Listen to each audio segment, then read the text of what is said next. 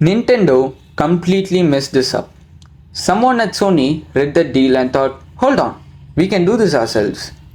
That's literally it. That's where PlayStation was born, from one cancelled deal.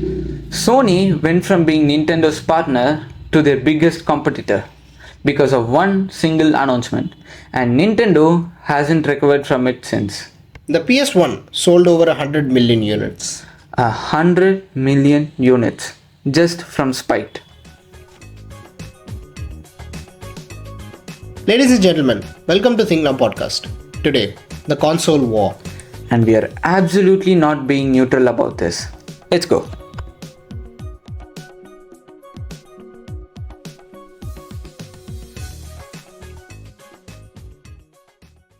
Okay, so before Xbox, before any of this, the gaming world was basically Nintendo's playground.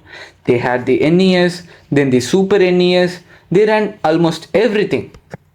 Sega was the only real challenger, and they were actually hurting Nintendo.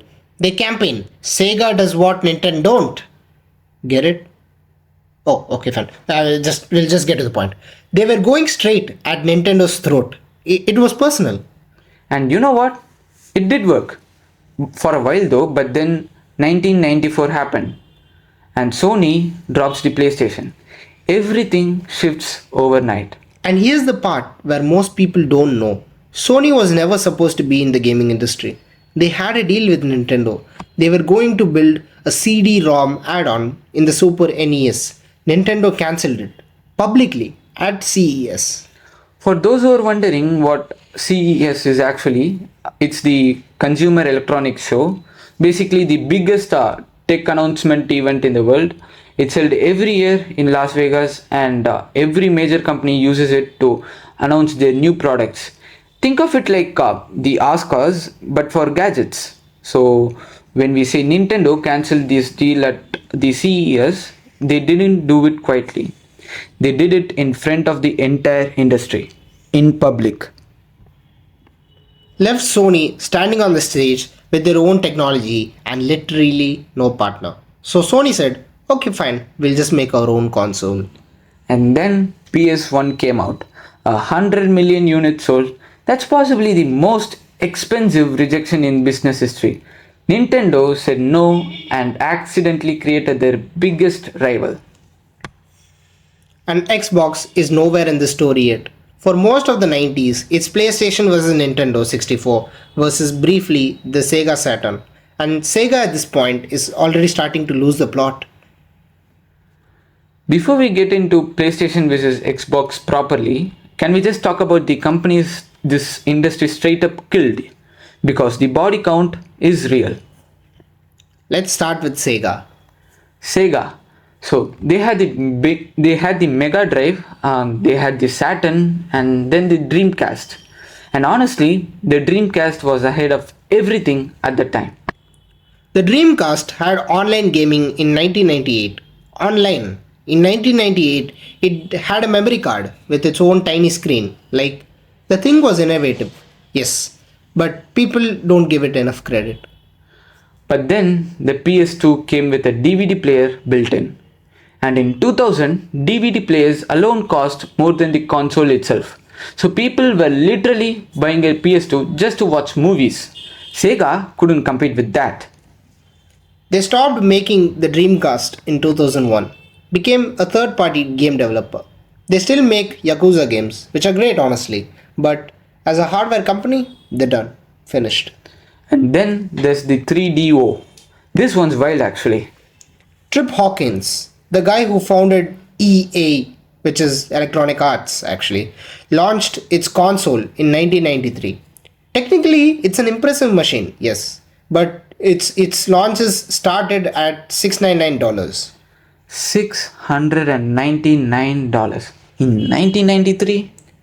PlayStation launched at $299. You can end the story right here. And the OUA, does anyone even remember the OUA? An Android-based gaming console actually raised $8.5 million on Kickstarter in 2012. People were genuinely excited. It shipped. It was not good. Servers shut down in 2019. and it just vaporized, gone. The pattern across all of them is the same.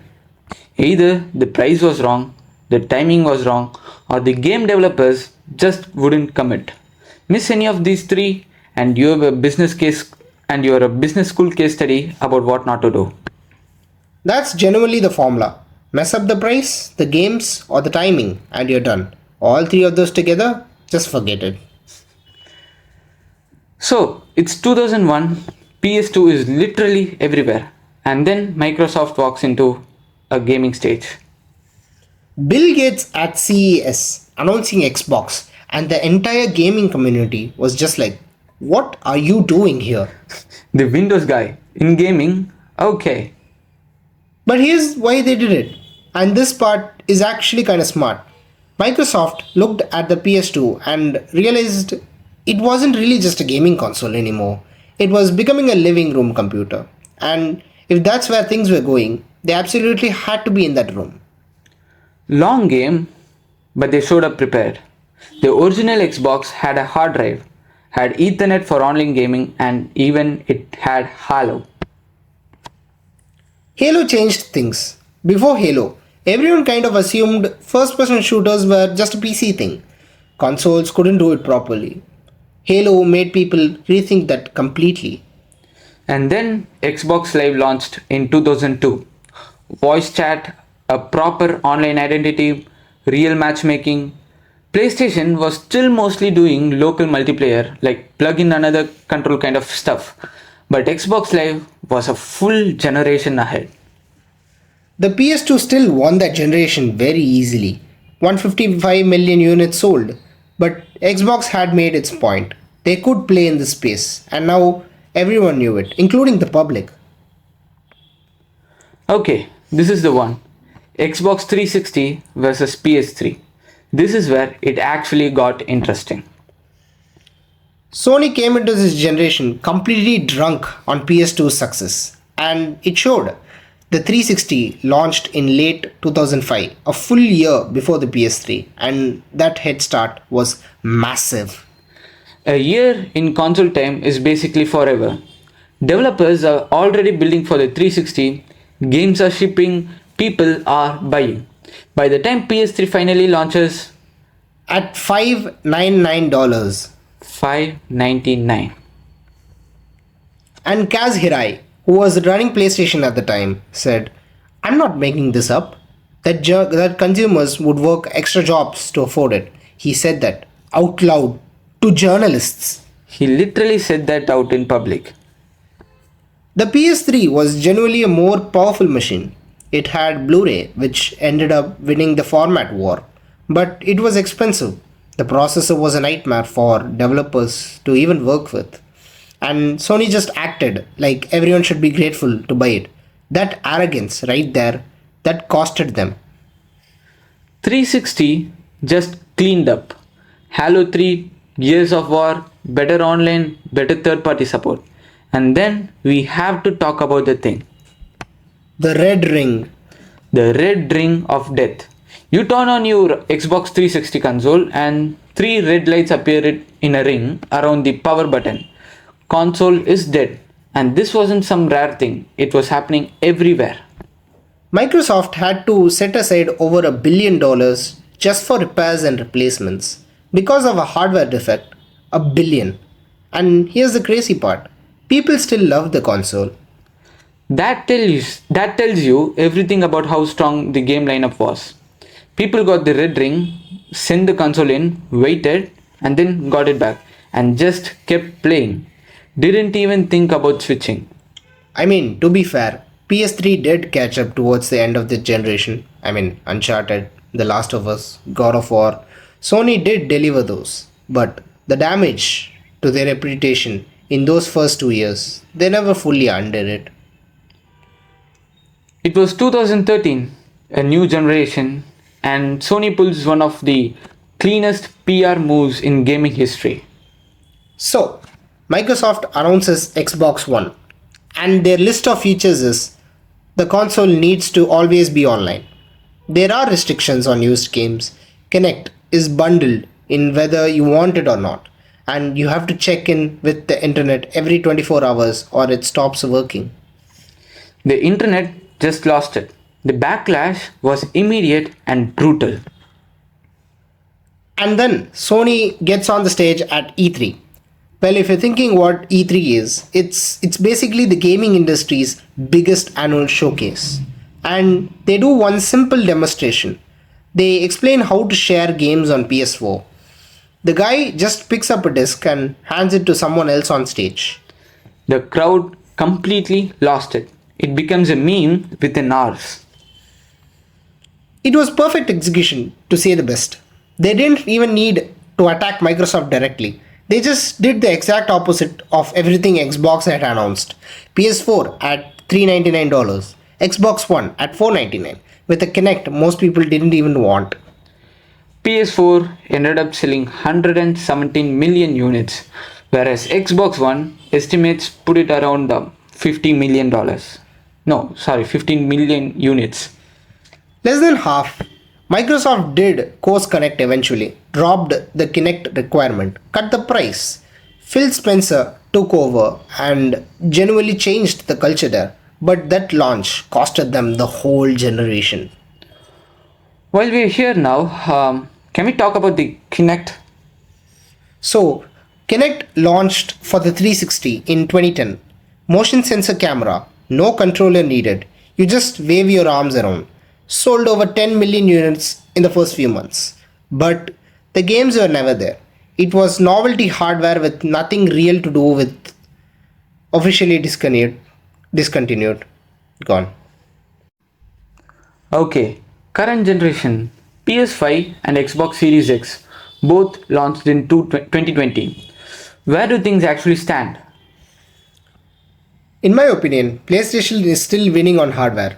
PS5 is past 50 million units. Xbox Series X, Microsoft doesn't even publish specific numbers anymore. The silence itself tells you something. But here's the thing, Microsoft has quietly stopped competing console for console. Their real play now is Game Pass. It's a subscription service. Hundreds of games, first party titles on day one, works on PC, works on your phone through cloud streaming. You don't even need the box anymore. They turned Xbox into Spotify. That's literally what they did. And they backed it up with serious money. The Activision Blizzard acquisition, $68.7 billion, the biggest gaming deal ever. And now they own Call of Duty, World of Warcraft, Overwatch, Diablo, Candy Crush, all of it. That deal took over 2 years just to close. Every major regulator tried to block it. UK tried, US tried. It finally went through in late 2023. Sony's response has been to double down on exclusive games. God of War, Spider-Man, Horizon, The Last of Us. Their first party studios consistently make the best single player games in the whole industry, and they launched PlayStation Plus Premium to try and change the subscription model. Basically, copying the Game Pass playbook. Following it, yeah. Sony also bought Bungie, the studio that originally made Halo, for $3.6 billion, which is genuinely wild sentence to say it out loud. Microsoft let Bungie go independently years ago. Sony bought them. The irony is incredible.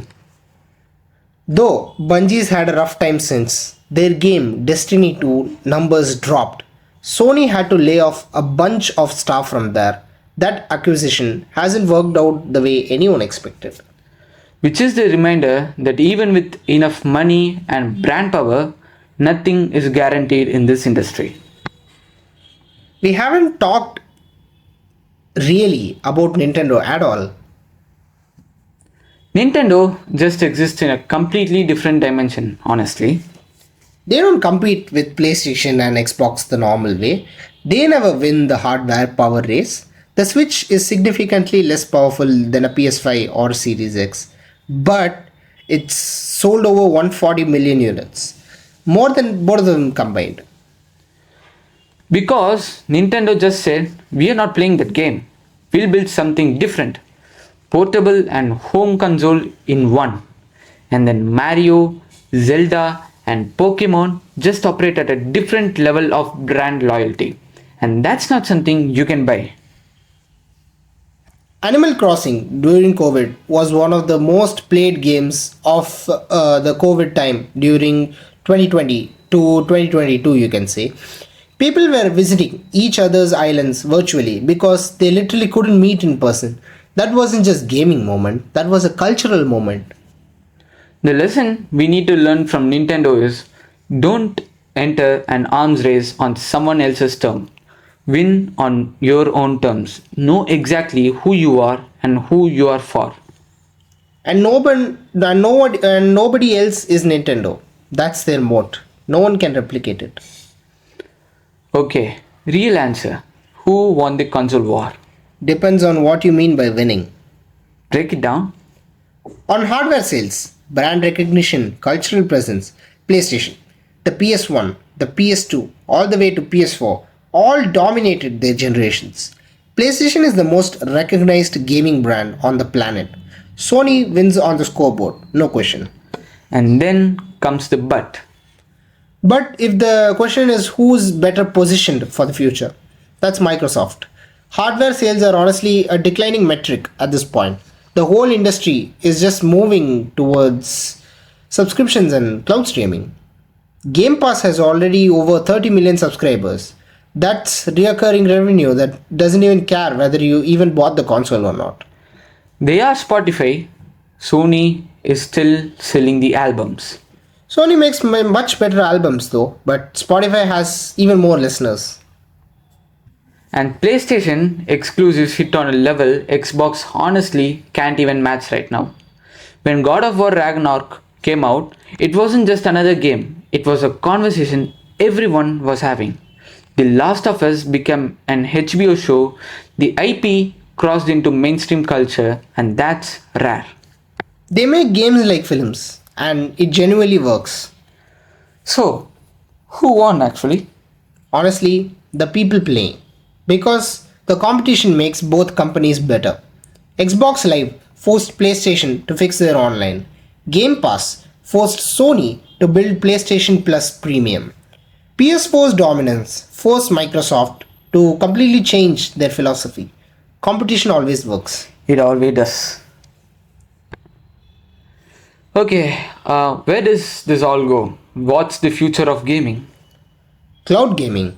Everyone is heading there. Microsoft is the furthest along. PlayStation has their streaming tier. The idea is simple. You stream the game like Netflix. All the actual process happens in a data center. You don't need any hardware at home. The problem right now is internet infrastructure.